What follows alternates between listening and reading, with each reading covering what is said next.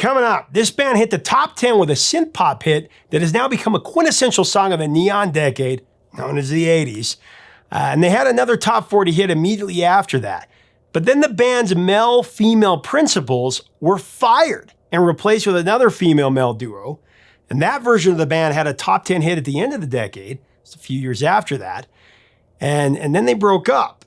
The originals who were fired, they'd have the last laugh, though. One of the craziest stories of the 80s, and the story of their classic hit is told up next by the original principal members on Professor of Rock. Hey, music junkies, Professor of Rock, always here to celebrate the greatest artists and the greatest songs of all time. You know, if you remember all the cool I Want My MTV commercials by heart, you're going to love this channel. Pure and simple nostalgia every day. I want my MTV. Make sure that you subscribe below right now by clicking the red button and click the box so that you know when our interviews and our videos come out. We also have a Patreon that this is where we host all kinds of exclusive content. We have some really cool stuff coming up, specifically a live event that I'm doing that I want to share with you. Click on the link below for that. And also check out our latest merch below. So it's time for another edition of our show, Bottle Lightning. This is one of my favorite shows we do on here. In the past, we've featured many one-hit scorchers, but Bottle Lightning is truly about how a band or an artist created a universal song that rose like a comet. Some of our choices aren't exactly one-hit wonders per se. Recently, we've been covering one-album warriors, as I call them. Who had an album with 2 or 3 big hits and then they disappeared. I like those. Those are kind of fun to remember those. What about a band that had a massive hit and then had a minor hit and then got fired and then had an entirely new lineup hit the top 10 again? That's exactly what happened with the synth pop group Animotion. They hit number 6 in 1985, early 85, with their hook-laden classic Obsession. So Animotion formed in 1983 with singer Astrid playing, bassist Charles Ottavio, keyboardist Paul Antonelli, and drummer David Frenchy O'Brien. They were former members of a retro sci-fi band called Red Zone. They combined with Bill Wadhams from the Billy Bond Band. They called the new band Animotion, with Wadhams and Plain co-fronting this band. Then they brought in lead guitarist Don Kirkpatrick and they started to record. Obsession was written by British actor Michael DeBarris and songwriter Hall of Fame inductee Holly Knight. She, of course, wrote tons of hits in the 80s and 90s. Wrote for Aerosmith, Tina Turner, Pat Benatar. Michael DeBarris, he was at the time recovering from a heroin addiction. So the title of the song, Obsession, very familiar to him. But instead of writing a song about drugs, he decided on love. A few lines in the song were inspired by a movie that he just watched, actually. It's called The Collector. It's about a man who kidnaps a pretty girl. The line, like a butterfly, a wild butterfly, I will collect you. That came from that.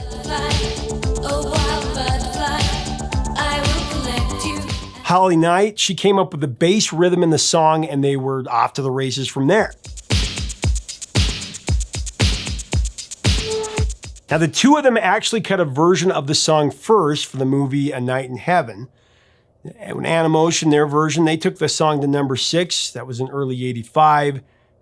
Just an irresistible synth line, right?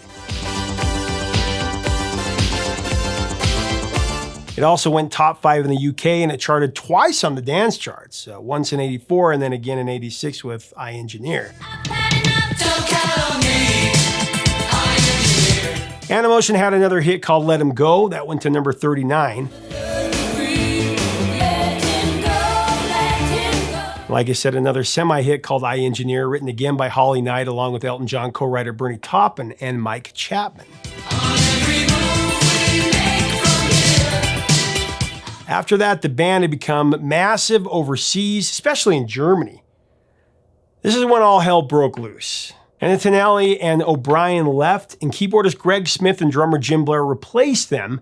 And in the middle of recording their third album, all 3 original members, Ottavio, Plain, and Wadhams, departed along with Blair. Astrid, Plain, and Paul Antonelli were a couple by then, and they later married. And they're all pretty much fired from the band, apparently. Wadhams' firing had been in the going for a bit because he was frustrated that the label wouldn't allow him to write his own material, something that he'd done for the long haul. From there, the label hired actress, dancer, singer Cynthia Rhodes, who just had a big role in the 1987 hit film Dirty Dancing. And ironically, they brought in a male counterpart who sounded almost exactly like Cynthia's soon-to-be husband, #1 hit artist, Richard Marx, now ex. A guy named Paul Engelman who was in a band with Holly Knight called Device. It's all kind of related. Sounded just like Richard Marx. So Cynthia Rhodes and Paul Engelman became Animotion Part 2 in '87. They had a #9 hit in '89 with Room to Move, written by the crackshot team of Climby Fisher, along with Dennis Morgan. Everybody needs room to... They went from a new wave synth band to a middle-of-the-road pop group, really. The song was used in the Kim Basinger and Dan Aykroyd film that you might remember, My Stepmother is an Alien. I remember seeing that at the theater as a kid. And then just like that, Animotion broke up again. Up next, the original principals of the band, Astrid Plain and Bill Wadhams, tell us the story of an 80s classic, Obsession, and how they picked up the pieces to reform. As we go into this interview, I want to thank our sponsor, Zenni Eyewear. Right now at Zenni, you can choose from over 1,000 pairs of glasses that start at under $7. Very simple. You just go to Zenni.com. You choose your frames, the style, the color, the shape. Then you can try them on virtually to see exactly how you're going to look. You just put in your prescription, your address, and they deliver them right to your door. You're going to love it. Go to Zenni.com today. Here's Astrid and Bill with the story of Obsession. I will find a way, and I will have you. It's funny because I'll tell you honestly, I did not think it was going to be a hit song. Really? But Astrid, tell them, baby. I knew it from the get-go. Well, I mean, it's not that I'm psychic or anything, but I had a really good feeling about it when I first heard it. And it was played to us in a little office. And I went, oh my God, that is so catchy. And I just already want to hum along to it. This is a sound. It's also a sound that I could imagine us fleshing out and making ours. And I just knew. Well, Holly Knight, of course, wrote it and co-wrote it. She's written a lot of different songs, but in talking about Obsession, I mean, it's got the keyboard part. I mean, even tonight, when you started playing it, people freaked out, right? Right. It just resonated immediately. Everybody stood up. I stood up. I was holding my little 5-year-old. He was jamming to, of course, he's heard it before because I always listen to 80s music, but the dun, dun, dun, dun. Right. And our keyboard player, Greg Smith, he had just got off the Thriller album. And so he came up with that and he had that sound going on with the full-on horns. And that's what kind of made the song, you know, those keyboard parts, which weren't on the original demo. He came in to play on that song, and actually it was the first song that he had played with Animotion. And he just started coming up with all these parts like, yeah, so simple and so great. And then our guitarist, Don Kirkpatrick, came in and they set up the amp and they said, just get a tone while we roll it. So we rolled it and he started playing. And if you listen from the beginning to the end, you hear that in the first verse, he's just playing a little bit, little percussive things. Then he starts to rock out a little bit. Then pretty soon he's shredding and playing big chords and everything. And at the end of that, they said, that's it. Don't even have to do anything else. That's it. It was a one take. Wow. It was a one take thing for Don Kirkpatrick, who now plays with Rod Stewart. Adam Reeder, the Professor of Rock here. Don't miss the next Professor of Rock live show on Saturday, July 16th at the Eccles Center in Park City. An exclusive evening of story and song with Lou Graham, the voice of Foreigner. Lou Graham at Professor of Rock Live, sharing never-before-told stories and performing Foreigner's biggest hits. Get your tickets for Professor of Rock Live at parkcityinstitute.org. Professor of Rock Live with Lou Graham, the voice of Foreigner, July 16th at the Eccles Center in Park City, presented by the Park City Institute. Well, and it's also the magic of that song is you guys' voices together. You guys have this, probably why you said it from the stage today, everybody, how many of you thought we were together? But you have this, your voices weld together, but they're also very different. It just gives it this unique sound. It's really a weird thing because, I mean, we didn't know each other that well when we started singing together, but having sung together for so long now, we harmonize really well to the point that sometimes when we've been working on our new album, I really can't tell when I'm singing in unison with him. My voice kind of just disappears because the tone is almost exactly his tone. It's like the same frequency or something. And it's a really crazy little blend. At times, you know, and there's a point when we were working on our record where the producer had my voice in the chorus and he was like, I'm not sure if Astrid should sing in the chorus in this one. And it sounded great, but then when Astrid's voice came on it, I said to our guitarist, I said, Don, you got to admit, that sounds like Animotion.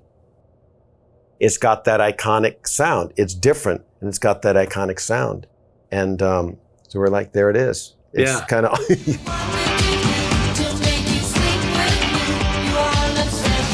Well, I remember as a 9-year-old kid when it came out, I mean, I grew up in a small town in Idaho. So MTV was my window to the world because there's nothing else to do in Blackfoot, Idaho. I guarantee you that. But it was so amazing because as a kid having that culture, it felt as far away from me as Saturn. I was like, what is this? This is amazing. And the experience of music was so cool because you didn't have the internet or Shazam or Spotify. It was this thing where you had to wait for it to come on the radio, wait for it to come on MTV. And so it was special. It was unique. It was mysterious, right? You guys were very mysterious. And that's what's kind of cool is now I'm sitting here interviewing you. So it's like this, every time I get to do that, it's a pinch me moment because I'm like, this is what I grew up with. It's funny you should say that because our record company is wanting our photographs to be more mysterious. Because we're all happy. You know, but then someone else said, but if you don't smile, you look like angry parents. Can't wait. Well, the video was so cool because Anthony and Cleopatra. Do you remember the day you recorded the video and were you involved in the? Tell me about that. It was a long day. It was in the Hollywood Hills in this mansion. And that headpiece I wear as Cleopatra was actually the headpiece that Elizabeth Taylor wore in the movie. Oh my gosh. So I felt quite honored to be sharing a headpiece with Liz. What I feel, I should have felt long ago. The house was actually 9 stories tall. It was Bugsy Siegel, the gangster, his house that he built in the Hollywood Hills. So the 9th floor is actually like a tower. Down in the bottom is like a little entrance. And in the middle, there's a pool, and the last scene in first Beverly Hills Cop was shot there. There's a cop scene around a pool. That was the same pool that we did our, you know, goofy dance around the pool. I remember lights, camera, action, and Astrid and I dancing and looking up at the Hollywood sign. I'm going, man, this is absurd. This is really absurd. And I really, even at that point, I thought, this is kind of funny. It'll never see the light of day. It's going, I thought, this is all fun and everything, but I just don't know where this is going. But we had the discussion where Obsession, the song, could have been taken in such a dark direction, like moody and mysterious. And we decided, let's go opposite. Let's make it campy. Let's make it silly. Let's make it like girls just want to have fun. Kooky.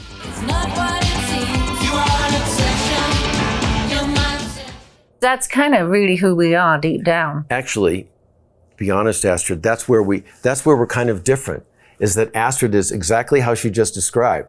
And I wanted to be more suave, like Sting and Gabriel and those. And I wanted to play at Amnesty. Brian Ferry. I wanted to be invited to Amnesty International because I was a serious guy. Right. And Astrid was kind of kooky. And once a few years ago, after we had gotten back together, I'm on a plane and I said, Astrid, I think actually, even though in some ways we were at odds, in some ways we kind of wanted to change each other or have each other get on board with something we liked. Like they liked a different band than I did, Astrid did.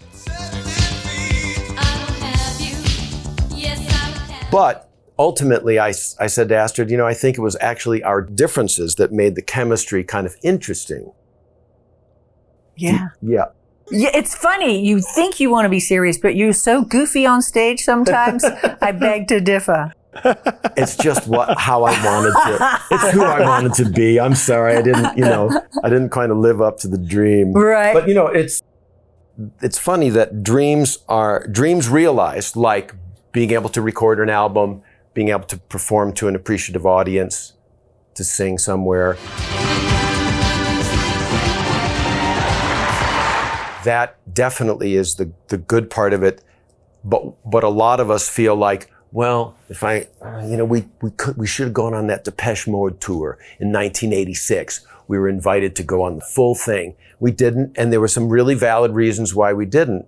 But it's always like so many steps forward towards a dream, but then at the same time, there's some pain involved in some way. And Astrid reminded me to keep things on the light note. So, so I'm starting to go to like, there's a yin and yang to pop success. In other words, like, our friends Simple Minds, they had their biggest hit they didn't write. And it's sort of like overshadowed. For a while, they kind of fought that, but I've read interviews where he says, you know what, we're on board because that song connects us to so many people. Well, yeah, I mean, here we are 30 years later, and we're still talking about this song. Right. Yeah. And that's what it is. I saw the guy go by with the clapboard, and it said Animotion. I was like, oh my God. It's awesome. Exactly. I can't believe Right. it. I mean, Grand Still Theft talking. Auto. The new generation is finding it. I mean, my kids tonight knew the song because they've heard it. And of course, hundreds of thousands, if not millions of other people are hearing it every day because of uses in movies and TV. And I remember as a kid when it was used as the main theme for the WWF. Right. Hey, man. And also fashion, something in Canada. Fashion. Yeah. So, yeah. And even the covers that have been done because you guys made the song famous, Sugar Babes Right. did a cover of it. You are an obsession. You're my obsession. Karen O. You are an obsession. and I Flushing. wanted to mention that there is a young man in Colorado who goes by the name of Joman. Yeah. And Joman took the Grand Theft Auto footage and he did a remix of the song and did a remix of the video too. And he put it online and I liked it so much I contacted him. And then he said, man, if you ever want to collaborate, let me know. And so I had written a song in my home studio and Astrid had sung on it with me. And we're like, we think this is cool, but my production value and sense is not as swift as 2016. You know what I'm saying? So Yeah. I was like, let me send this. I sent it over to him. He turned it around and it was based on that song and the work with Joman that got us our record deal. And then we found another producer in Chuck Kentis and we worked with Chuck, who works with Don in Rod Stewart's band. But we wanted to shout out to Joman because he really turned things around for me in terms of production. It needed, of course, and at first, my 19-year-old was listening to stuff that I was doing and he was like, yeah, that's kind of cool. I sent it over to Joman. he likes Joman a lot. Then he kind of likes my original stuff. So it's like, you don't know. But certainly it got some people excited enough to want to make a record with us. And so that's done. Well, it's interesting how the record labels work, because I remember in 1989 when Room to Move came out, I was like, what is this? Exactly. These aren't Yeah. this isn't Animotion. Right. What the heck is going on? It's almost like they were trying to pull a fast one, but everybody knew. Right. Because that's not you guys' sound. It you was, know? in a nutshell, it was just the record company trying to make the money back. They'd invested some money in an album that didn't happen. They thought, oh, we'll just put this blonde girl and this handsome guy up there. No one will know the difference. Yeah. Hello. They knew. And they came to the concerts and they were disappointed. And they were Yep. like, who's those people up there? Well, I mean, you guys also wrote some great songs as well. I Want You, I think, is a great song. Thank you. And of course, performed it tonight. I was going to say, you know, as much as Obsession gets all the attention, when we do perform, people come up to us all the time and name off really Yep. what you think of obscure songs, like that one guy tonight who was going on about Stealing Time. and Staring Down the Demons, Right. which never gets brought up when we barely ever play. But people have their own favorite Yep. Animotion songs that, you know, we had the door opened for us by that one song, but then we've got fans that enjoy the other ones that we wrote. And it's sad that in the world that we live in now, that the new generation with new acts won't get that, because it's such a singles market. Right. The album was so cool because, yeah, when I bought the album, I listened to every song. So I know you guys' songs because, you know, it cost $10 to buy a tape. And as a kid, making a few dollars allowance, you know, you really savored that music. That's cool. So in the end, the original band, of course, had the last laugh, as they're still wowing audiences today with their original hits, and they're releasing new music as well. So since Bill and Astrid formed Animotion with key members of the core in 2001, they've released the 2017 album Raise Your Expectations, and are currently touring with other 80s acts in the concert experience known as Los 80s Live. You can actually see them this summer. I'll link to it below. Make sure to leave us a comment about this exceptional 80s classic from Animotion. What are your memories of Obsession and their other hits like I Engineer? I really like that song. What are your memories of 1985? Let us know in the comments. If you enjoyed this video, make sure to subscribe below so that you never miss out on our daily dose of nostalgia through interview and through story. And make sure to look us up on Patreon. Help us keep the music alive. That is the idea always. Until next time, 3 chords and the truth, my friends. Talk to you soon.